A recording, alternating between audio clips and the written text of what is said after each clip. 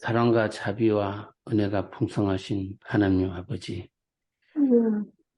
지난밤 동안도 저희들을 주님의 품 안에서 지키시며 쉬게 해주시고 저희들을 재촉하셔서 새 힘과 희망을 가지고 새날을 맞이하게 하여 주셔서 감사합니다. 네. 우리들의 자녀들이 믿음 안에서 바르고 진실되게 살아가게 하시며 세상의 혼란과 풍조에 이끌리지 않고 도리어 세상을 이기며 세상과 빛과 소금의 역할을 감당할 수 있는 자녀들이 되게 하여 주시옵소서. 이 세상이 학원이 여러 가지 이해할 수 없는 폭력과 비정함으로 파괴되어가는 이 시대에 우리들의 자녀들이 건강하고 지혜롭게 자라도록 인도해 주시고 그리스도의 사랑과 지혜로 세상을 변화시킬 수 있는 그런 자녀들이 되게 하여 주시옵소서.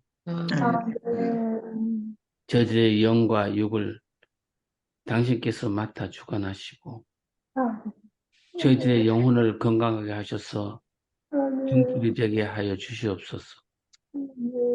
저희들의 영혼이 늘 그리스도의 빛으로 충만하게 하셔서 죄와 어둠이 없는 깨끗한 영혼이 되게 축복하시고 저희들의 육신의 축복뿐만 아니라 영혼의 축복을 간구하는 기도를 쉬지 않게 도와주시옵소서.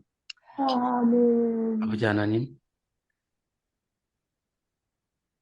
이 새벽에 사랑하는 성들의 기도를 주께서 들으시고 응답하시고 개인적인 문제로, 가정의 문제로, 사업의 문제로, 신앙의 문제로 고민하여 아뢰는 기도를 주님께서 응답하여 주시기를 간곡히 바랍니다. 아멘. 저희들의 교회를 늘 새롭게 하시고 주님의 성령이 늘 살아있는 교회로 이끌어 주시옵소서. 아멘. 그리하여 저희 교회가 크게 부흥하게 하시며 주님께서 명령하신 교회의 사명을 다 감당하게 하여 주시옵고 저희들의 교회에 기도의 불길이 꺼지지 않게 하시며 이 새벽 제단에 더욱 열심히 하는 성도들이 되게 하여 주시옵고 택하여 주신 목사님에게도 주님께서 축복하셔서 교회와 양떼를 보살피기에 조금도 부족이 없게 하여 주시옵소서. 저희들의 오늘 하루의 생활을 지키시고 인도하여 주시며 깨끗하고 진실된 삶을 살 수 있게 하시며 또 하나님의 선하시고 기뻐하시는 온전하신 뜻을 알 수 있는 지혜도 주시옵소서. 오늘도 계시 말씀으로 은혜 받게 하시고 성령의 충만함을 주셔서 하루를 살아갈 만한 힘을 주시기를 예수 그리스도의 이름으로 기도드렸습니다. 아멘. 네, 감사합니다. 감사합니다. 오늘은 계시록 5장 5절 6절에 있는 말씀으로 은혜를 나누도록 하겠습니다. 먼저 5절에 있는 말씀을 보겠습니다. 장로 중에 한 사람이 내게 말하되 울지 말라. 유대 지파의 사자 다윗의 뿌리가 이겼으니 그 두루마리와 그 7인을 떼시리라 하더라. 두루마리 그때 당시에 책의 모습이었죠. 그리고 7인으로 임봉이 되어 있다라고 하는 것은 완전하게 봉인되어 있었다라고 하는 것입니다. 그 7인으로 봉인된 두루마리 안에 기록된 내용이 무엇인지에 대해서는 여러 가지 견해가 있습니다. 그러나 요한계시록 10장 7절에 있는 말씀을 통해서 그 두루마리의 내용이 죄의 문제를 해결하고 타락한 인류를 구원하며 그분의 영원한 왕국을 세우시는 하나님의 목적과 관련된 하나님의 비밀과 관련된 것임을 보여줍니다. 그래서 계시록 10장 7절에는요, 하나님의 그 일곱째 천사가 소리내는 날, 그의 나팔을 불려고 할 때 하나님이 그의 종 선지자들에게 전하신 복음과 같이 하나님의 그 비밀이 이루어지리라 하더라 그랬습니다. 하나님의 비밀이라고 말씀을 했고요. 윌리엄 바클레이에 의하면 일곱 인으로 인봉된 통상적인 문서는 유언장이다라고 했습니다. 로마 법에서 유언장에 대한 일곱 증인들이 그들의 인들로 이것을 인봉했고요. 그 유언장은 이 일곱 사람 전원 혹은 그들의 법적 대리인들의 임석하에서만 개봉할 수 있었다라고 했습니다. 그러니까 이 자격을 갖춘 사람만이 이 일곱인을 뗄 수가 있었다라고 하는 것이죠. 그러므로 이 두루마리는 일곱인으로 봉인된 두루마리는 이 하나님의 유언을 담고 있고 하나님께서 이 유언을 통해서 물려주고자 하는 상속에 관한 문서일 것이다. 하나님의 유언장과 같은 것이다 라고 하는 것이죠. 그래서 엘렌 화이트 여사는 이것을 이렇게 표현을 하고 있습니다. 하나님의 섭리의 역사, 인봉된 두루마리에 있는 내용을 이렇게 담고 있다라고 얘기하고 있어요. 하나님의 섭리의 역사, 열국과 교회의 예언적인 역사가 수록되었다. 그 안에는 하나님의 말씀, 그분의 권위, 계명들, 율법, 영원하신 분의 상징적인 권면, 그리고 열국을 통치하는 모든 권력자들의 역사가 담겨 있었다. 그 두루마리 안에는 지구 역사의 시작부터 끝까지 미친 모든 민족, 방언, 백성들의 영향력이 상징적인 언어로 수록되었다라고 얘기를 하고 있습니다. 다시 간단히 정리하면요. 이 봉인된 두루마리는 죄의 문제를 해결하고 타락한 인류를 구원하기 위한 하나님의 계획에 대한 비밀을 담고 있다라는 것입니다. 그 비밀을 완전히 깨닫게 되는 것은 그리스도의 재림 때에 있을 것이다 라고 말씀을 하고 있습니다. 원래 이 지구의 주인은 누구시죠? 네, 하나님이십니다. 그 지구의 주인이신 하나님이 사람을 창조하시고 난 다음에 이 지구의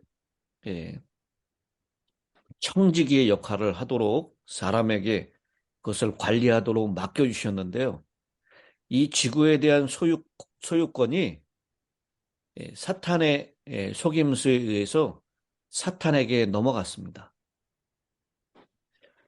그러나 예수께서는 지구를 팔아넘긴 죄값, 지구를 죄로 인해서 팔아넘겼죠, 사탄에게. 그것을 죽음으로 지불하셨습니다. 그리고 지구에 대한 법적인 소유권을 되찾아서 교회와 혼인관계에 들어가셨습니다.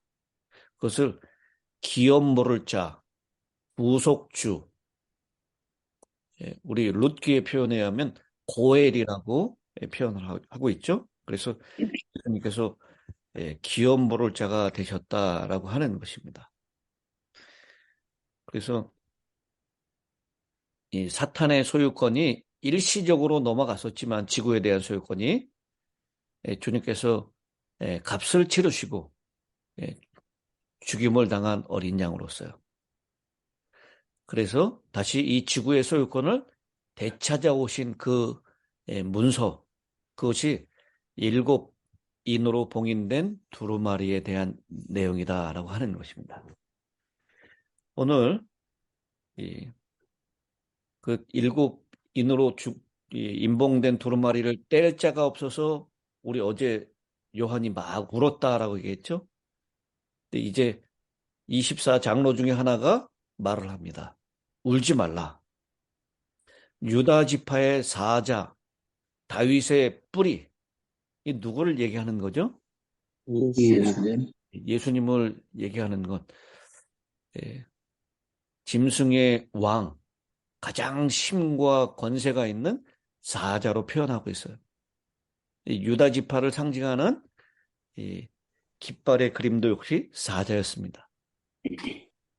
창세기 49장에 예언된 말씀이었죠. 그 다음에 다윗의 뿌리, 다윗의 조상으로 예수님을 묘사하고 있는데 바로 다 이 메시아를 상징하는 벌써 도착했어? 표현들입니다. 그분이 네, 이기셨다라고 얘기를 하고 있는 것입니다. 잘했어. 고마워. 우리 레슬리 폴라드라고 하는 분이 어드벤티스트 리뷰에 2002년 7월호에 이렇게 시를 기고했는데요. 이 시는 어린 양의 승리를 감동적으로 요약한 것입니다. 제가 그 시를 읽어보도록 하겠습니다.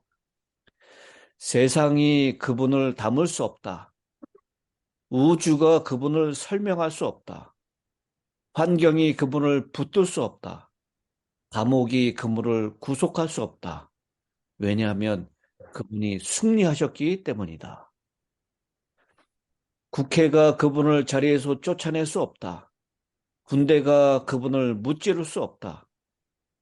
탄원이 그분을 앗아갈 수 없다. 시인이 그분을 완성할 수 없다. 왜냐하면 그분이 승리하셨기 때문이다. 역사가가 그분을 지워버릴 수 없다. 폭도들이 그분을 상하게 할 수 없다. 이슬람이 그분을 쫓아낼 수 없다. 교황이 그분을 대신할 수 없다. 왜냐하면 그분이 승리하셨기 때문이다. 철학자들이 그분을 무시할 수 없다. 10대들이 그분을 도려낼 수 없다. 천사들이 기쁘게 그분을 경배한다. 왜냐하면 그분이 승리하셨기 때문이다. 시간이 그분을 작게 할 수 없다. 죽음이 그분을 끝내지 못했다. 왜냐하면 그분이 승리하셨기 때문이다. 여기 유다 지파의 사자요 다윗의 뿌리가 되시는 메시아이신 그분이 이기었으니 이 잭과 그 7인을 떼시리라. 주님이 승리하셨기 때문에 이기셨기 때문에 이제는 우리를 구원하시고 이 구원의 계획을 완성하실 하나님의 비밀을 담겨져 있는 그 7인으로 봉인된 두루마리를 떼실 수 있는 분이시다라고 장로 중에 하나가 얘기를 하는 것입니다. 여러분, 이 책을 처음 읽은 독자들에게 이 광경이 얼마나 충격적일지를 생각해 보십시오. 계시록 4장과 5장에서 하나님은 모든 능력을 가지신 창조주로 묘사됩니다. 하지만 해결될 수 없는 것처럼 보이는 문제가 생겼을 때 그 해결책은 놀랄만한 것이었습니다. 하나님은 우주의 가장 큰 문제를 죽임을 당한 어린 양을 통해서 푸십니다. 모든 능력을 가지신 하나님이 왜 자신의 무한한 능력으로 그런 문제를 다루지 않으실까요? 왜 그분은 아들이 백성들에게 거절당하고 비참하게 죽임을 당할 것을 아시면서도 그분을 이 세상에 보내시는 그런 큰 위험을 감내하신 것일까요? 좋은 일은 사람이 위험을 감수할 때 생기기 때문입니다. 그 길은 다른 선택보다 더 힘들고 위험할 수 있지만 그 결과는 그럴 만한 가치가 있기 때문입니다. 존 폴린 교수님이 자신의 어렸을 때 시절의 이야기를 오늘날의 어린이들과 얼마나 다른지에 대해서 묘사를 하고 있습니다. 때때로 나는 내 친구와 내가 어떻게 살아남았는지 의아하다라고 하면서 자신이 어렸을 때는 안전벨트나 에어백이 없이도 신나게 차를 탔다라고. 그리고 가장 행복했던 추억 가운데 하나는 따뜻한 어느 날 픽업 트럭 뒤에 올라탔던 경험이다라고 얘기를 합니다. 그때 당시엔 뭐 안전에 대한 그런 생각이 별로 없었을 때를 회상하고 있는 것입니다. 당시의 제조사들은 아기 침대를 납성분이 들어있는 밝은 색의 페인트로 칠했습니다. 그 페인트를 즐기면서 종종 침대의 난간을 이빨로 씻곤 했습니다. 당시에 어린이 보호 약병이라는 것은 없었으며 그중 어떤 약들은 어린이들에게 위험할 수도 있었던 것이 더러 있었습니다. 헬멧 없이 자전거를 타고 온 동네를 돌아다녔으며 가게에 있는 정수된 물을 마시는 대신에 정원 호수에 나오는 수돗물을 그대로 마셨습니다. 또 친구들과 여름 동안 아침에 나서서 온종일 공원에서 놀든지 때때로 뉴욕 지하철을 타고 돌아다니면서 이 존 폴린 교수님의 어렸을 때 고향이 브루클린이었죠. 그래서 뉴욕 지하철을 돌아다니면서 부모님의 감시를 피하기도 했습니다. 하루 종일 연락할 수 있는 사람은 아무도 없었고 용돈에서 남은 잔돈으로 도넛과 설탕이 잔뜩 들어있는 탄산음료를 사 먹기도 했지만 결코 몸이 불지는 않았다라고 얘기합니다. 왜냐하면 줄곧 밖에서 뛰어놀았기 때문입니다. 또 어떤 어른의 보호 없이도 못된 녀석들을 대항하는 법을 배웠다라고 얘기합니다. 이렇게 지금으로서는 상상할 수 없을 정도로 안전하지 않았던 그런 환경에서 위험스러운 일을 겪으면서 자라났지만 자유와 실패, 성공, 그리고 책임감을 가졌고 그것을 어떻게 다뤄야 하는지를 배웠다라고 얘기를 합니다. 오늘날의 세상에서 변한 것 가운데 좋은 것도 많이 있지만 우리의 품성은 우리가 위험에 직면할 때 개발된다라는 것도 사실입니다. 하나님께서 우리를 구속하기 위하여 그 위험한 지구로 자신의 아들을 보내셨습니다. 그리고 그 결과는 그 자신의 아들을 보내서 이 땅을 구원하기 위한 계획을 가지고 보내셨지만 결국 주님께서는 죽임을 당하는 결과를 맺게 될 것입니다. 그러나 구속하기 위하여 예수님을 보내셨을 때 비록 죽임을 당하셨지만 이 지구상에 있는 많은 사람들이 예수님께로 돌아올 것을 하나님은 아셨다고 믿습니다. 예수님의 그 어린 양의 죽으심을 통해서 구원을 이루셨고 그 위험한 일을 통해서 결국은 우리의 품성이 변함을 입을 수가 있게 되었다라고 하는 것을 말씀하고 있는 것입니다.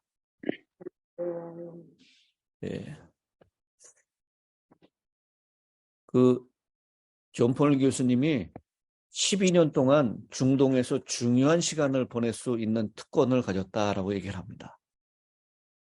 그 기간의 초창기에 맏딸이 요단강에서 침례받기를 선택했습니다. 그것이 실제로 침례 요한이 사람들을 침례 주던 장소와 가깝든지 아닌지는 모르지만 그때는 매우 특별한 순간이었다라고 회상을 합니다. 저도 침례 요한이 침례를 베풀었다라고 하는 그 요단강을 가보았습니다. 강 좌우편에 나무들이 있었고 물은 조용히 흐르고 참으로 아름다운 곳이었습니다.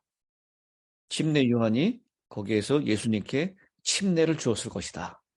그래서 오늘날도 그곳에 가보면 많은 사람들이 그 장소에서 침례를 받는 장면을 쉽게 볼 수 있습니다. 근데 큰 딸을 그 요단강에서 침례를 줬다 그래요. 근데 몇 년 후에 막내딸이 침례에 관심을 가지기 시작을 했습니다. 언니의 침례를 상기시켜주면서 막내가 본인의 침례를 위하여 어떤 특별한 계획이 있는가를 물어봤습니다. 그랬더니 그 막내가 하는 얘기가 저는 이스라엘이 건너갔던 홍해에서 침례를 받고 싶어요 라고 말을 한 것입니다.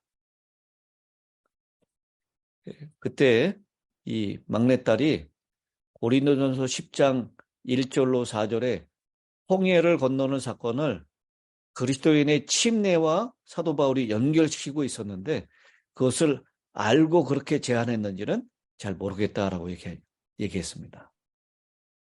그렇지만 그 막내딸이 이보다 더 좋은 장소를 선택할 수는 없었을 것이다 라고 그때 당시를 회상합니다. 물론 현대 고고학자들이 이스라엘 민족이 건넜던 이 홍해 바다가 어떤 곳인지 정확하게 확증하지는 못하고 있습니다.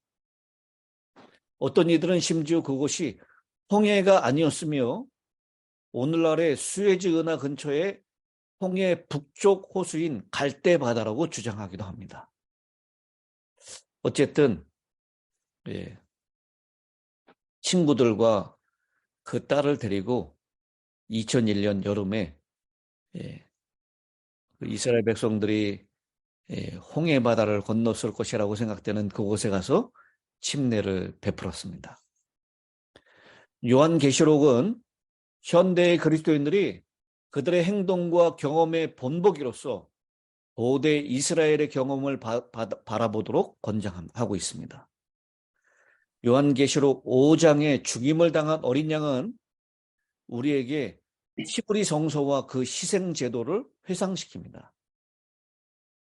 또 요한계시록에 있는 재앙은 고대 애굽에 내렸던 재앙들을 모방하고 있습니다. 근데 여러분 이 애굽에 내렸던 10가지의 재앙 중에서 가장 힘든 재앙이 어떤 재앙이었을 것 같습니까? 왕자의 죽음이요? 예, 그 마지막 10번째 재앙이었던 자신의 맏아들의 죽음일 것입니다. 다른 재앙들은요, 고통스럽고 힘들었지만요, 바로로부터 애굽의 모든 그 자신의 장자가 죽었을 때 온 애굽은 초상집과 같이 되었습니다. 마찬가지로 그 재앙, 가장 힘들고 어려웠던 재앙에서 이스라엘을 보호했었던 것은 유월절 어린 양의 피였습니다. 마찬가지로 예수님의 피는 인류를 향한 하나님의 심판 때에 그분의 백성들을 보호할 것입니다. 원래 이스라엘 백성들이 시내산에서 제사장의 나라가 된 것처럼 예수를 따르는 모든 나라와 족속과 방언과 백성에게 제사장 왕국이 될 것입니다. 예수님을 따르는 자들, 어린 양의 피로 그 생명을 구원받은 자들, 그들은 제사장 왕국이 될 것입니다. 이 출애굽은 오늘날 그리스도인 경험의 본보기가 됩니다. 우리의 옛 손품이 침례로 묻히고 새로운 삶으로 일어나게 될 때 우리의 개인적인 출애굽이 시작되는 것입니다. 근데 이 개인적인 출애굽이 시작되는 그 근거가 되는 것, 그것은 바로 무엇이죠? 죄를 이기는 것. 근거가 되는 첫 시작은 오늘 계시록 5장 6절에 나오는 대로 어린 양이 섰는데 일찍 죽임을 당한 것 같더라. 그 어린 양의 죽음, 예수 그리스도의 피가 우리로 하여금 출애굽을 시작할 수 있는 근거가 된다는 것입니다. 오늘 이 어린 양의 피를 통하여 우리에게 다시 한번 새로운 삶을 시작할 수 있도록 하나님의 놀라운 은혜에 끊임없이 감사하는 저와 여러분이 되시기를 간절히 바랍니다. 아멘. 아멘. 기도하도록 하겠습니다. 하늘에 계시는 자비로우신 아버지 하나님, 우리 인류의 구원을 위하여 하나님의 비밀이 담겨져 있는 7인으로 임봉된 두루마리를 펼 수 있는 자격은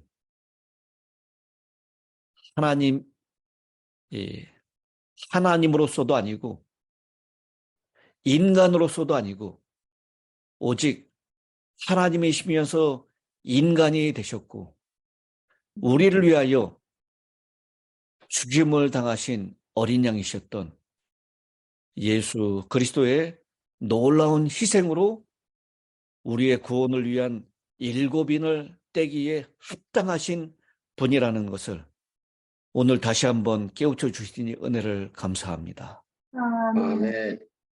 아버지, 아버지, 주님이 유다 지파의 사자로 다윗의 뿌리이신 메시아께서 이 땅에 오셔서 이기셨습니다. 이기심으로 우리의 구원을 위한 넉넉한 근거를 마련해 주심을 감사합니다. 비록 우리가 이 땅에 살면서 선악의 대쟁투에서 끊임없이 실패하고 끊임없이 낙담하고 좌절할 수밖에 없지만 어린 양이신 그분이 이기셨으므로 우리도 최종적으로 그 이김의 자리에 설 수 있음을 믿습니다.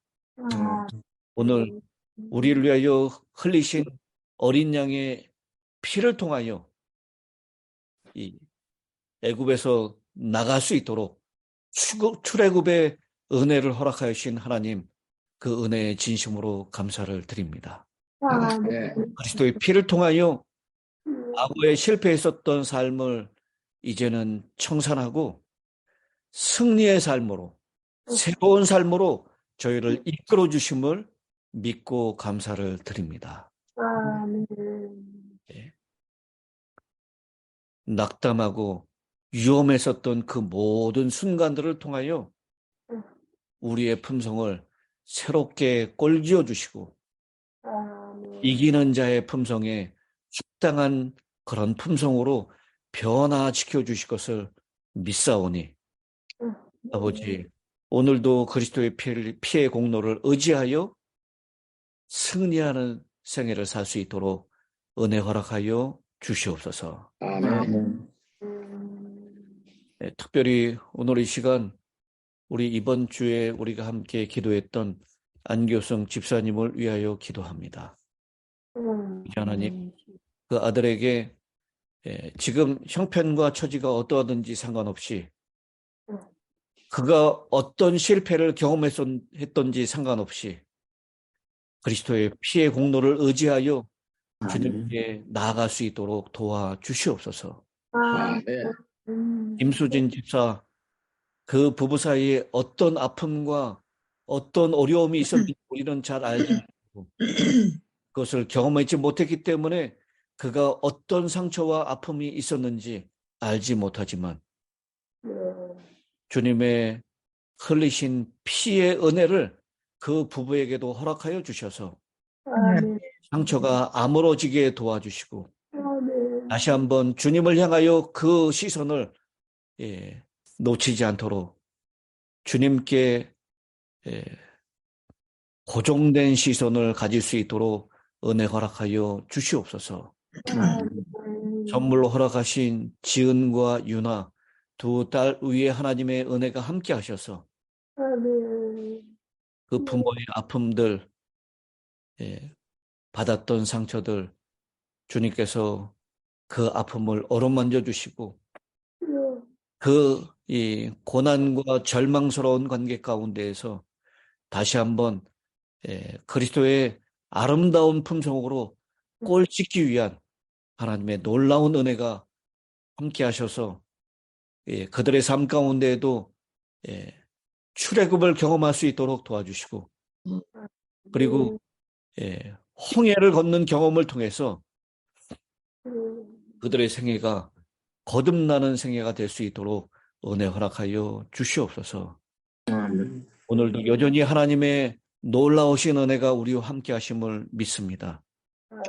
주님의 보혈의 공로를 의지하여 오늘 우리가 당하는 모든 경험들 가운데 승리하는 경험을 통해 우리의 심령이 변화함을 입을 수 있도록 도와주시고 아멘. 우리의 품성이 주님의 품성처럼 아름다운 품성으로 변화함을 입을 수 있도록 은혜 허락하여 주시옵소서. 아멘. 이 힐탑의 모든 성도님들 오늘 한날의 생에도 보호자와 장로들 사이에서 하나님과 어린 이 인간의 대표들 사이에서 온전히 인간과 하나님을 만날 수 있는 장소가 되시는 어린 양의 품 안에서 주님을 만나고 주님을 찬양할 수 있는 그 자리로 나갈 수 있도록 승리의 순간들이 오늘 하루가 될 수 있도록 인도하여 주시옵기를 아멘. 주님 예수님의 놀라운 보혈의 피의 공로를 의지하여 간절히 기도드리옵나이다. 아멘. 아멘.